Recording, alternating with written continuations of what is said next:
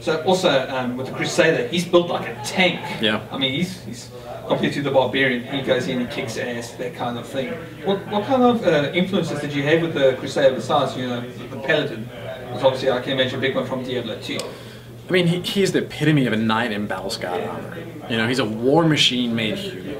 When we first sat down to explore what the new class would be for a Reaper of Souls, we really looked at, you know, a lot of different options, but the team, like, across the board, really wanted to add a knightly character to it, to the experience. So we went with that route, and we gave him, you know, strong melee skills, but at the same time, he's powered by this fantastic righteous wrath, this power that allows him to unleash hell on the forces of evil and crush things at range as well. So when he summons things from the sky, like Fist of the Heavens, like more magical abilities, this righteous wrath is like the staple behind that. And it's a good balance as well, because I mean he attacks, but from what I've seen, you know, when he attacks, he gets some health back at the same time. Mm-hmm. So is he, would you say, a fairly good character for newcomers to take advantage of? He's a great character for everyone to take advantage of. The great thing about the Crusader is he fills a really unique gameplay role, this mid-range melee. You know, we don't have that in the game right now, so players who have max level characters or who love barbarians or witch doctors, I highly encourage them to go and explore the Crusader because it's going to be a whole new gameplay experience.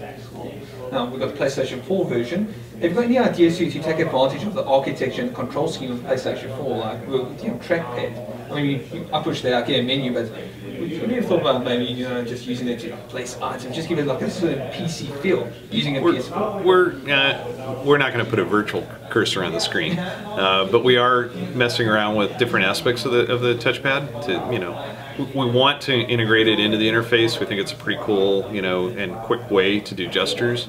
But we're still playing around with that, honestly, and we've done some experiments with it. Some stuff worked out great. Some of it was like, well, this really isn't any different than using a joystick. So stay tuned on that. You know, you'll see more of that. But obviously, what we want to do is have you have quick access to your inventory, to be able to pick up loot, to be able to feel like you have great control over the environment, and you're able to, you know, attack monsters, and it's you doing the damage.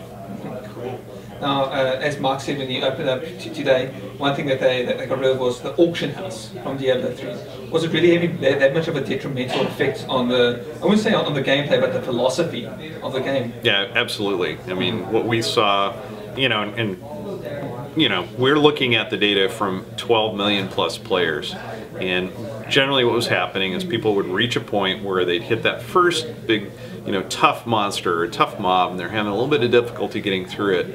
And the auction house was there as something that, you know, allowed faster or freer trade amongst players.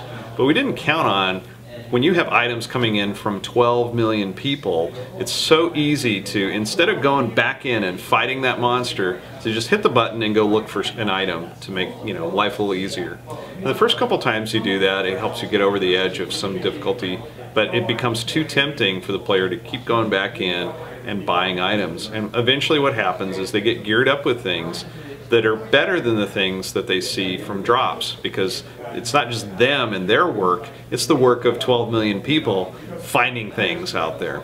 And so people would eventually get tired of the game because they were walking out of the core gameplay mechanic, which is go in, fight monsters, you know, eventually beat one, feel the satisfaction of loot falling off of that thing, being able to equip it, and now take on something even more powerful. And these are all things that you earned yourself, and you're more tied into your character. I mean, it's a role-playing game. You know, you're supposed to be playing that character in the game, not playing an auction house. So it was tough, and we put a lot of effort and money and time into building the auction house. I mean, you know, we support different currencies, we support different, you know, legal systems in terms of how we, you know, do the trades. I mean, it's a very complicated endeavor, and to walk away from it was not easy for us, but we felt like it was absolutely the right thing to do for the players.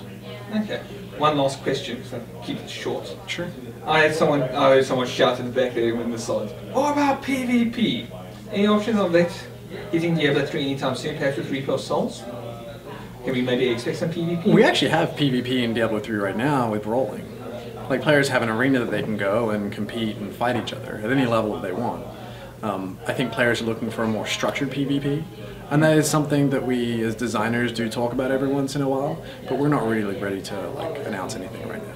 Okay, cool. Well, gentlemen, thank you very much for taking the time to interview us. Thank you. I just also have to remind everyone that these two guys have been chatting for the last couple of hours, and you can just see the energy that they have to deal with me. We love the game. Love the game.